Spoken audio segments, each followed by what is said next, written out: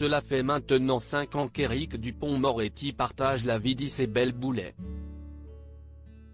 Une relation qui évolue en toute discrétion, entre deux continents, puisque le garde des Sceaux vit à Paris, tandis que la chanteuse passe une partie de l'année au Québec. D'ordinaire si pudique sur cette romance, le ministre de la Justice s'est tout de même laissé aller à quelques confidences personnelles au détour d'une interview pour le magazine Gala du 23 septembre 2021. Lors de cet entretien, Éric Dupond-Moretti est revenu, non pas sur ses démêlés judiciaires, mais sur ses origines et son histoire familiale. L'occasion pour lui d'évoquer l'absence de son père, décédé très tôt des suites d'un cancer, et sa relation avec sa magnifique mère italienne Elena, dont il est très proche. Mère et fils s'appellent d'ailleurs tous les matins à heure fixe. Si j'ai le malheur de lui téléphoner plus tard, elle ne fait grief.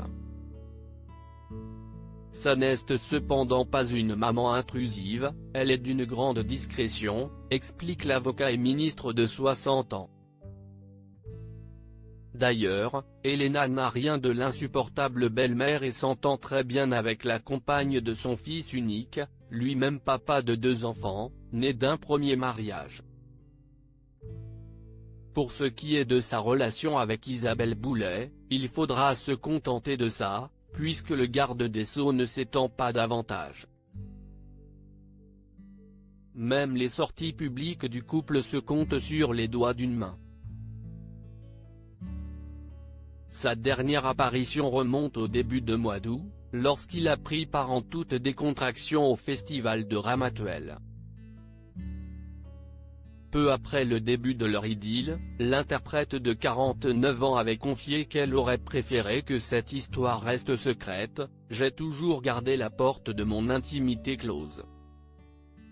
Une liaison, si fragile, précieux et périlleux », expliquait-elle dans les pages de Gala en 2017.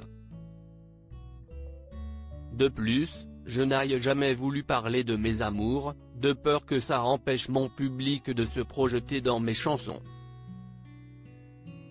Nous aurions aimé que notre relation reste un secret bien gardé, comme ça a été le cas pendant un certain temps, jusqu'à ce qu'on se fasse voler des photos. Ce qui n'est jamais très confortable.